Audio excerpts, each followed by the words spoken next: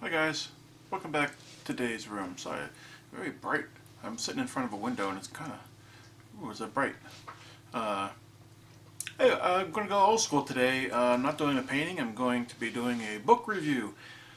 Today's book I am reviewing is, let's see if the light doesn't reflect too much off my,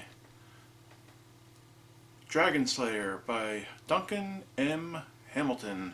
This is the first book in a trilogy, the Dragonslayer trilogy. It is about a old, drunk, former knight. He was a knight of the Silver Circle group of dragon slayers that once abolished dragons from the land.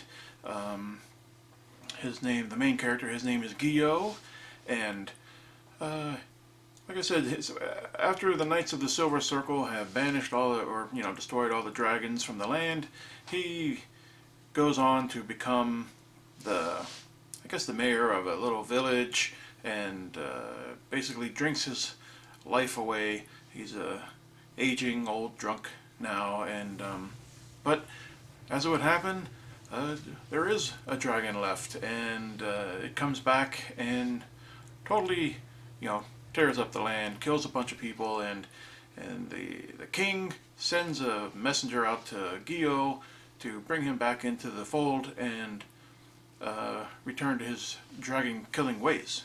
And well, there's a lot more to it than that. I don't want to give too much away, but there's a reason why this particular dragon is returned, and why he's on such a vengeful path, and that is all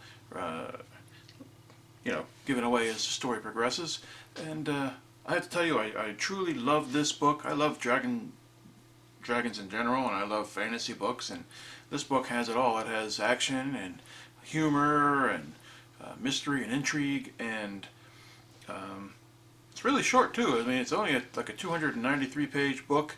I read the book while I also listened to it on Audible, and the audio book. I like doing that with books.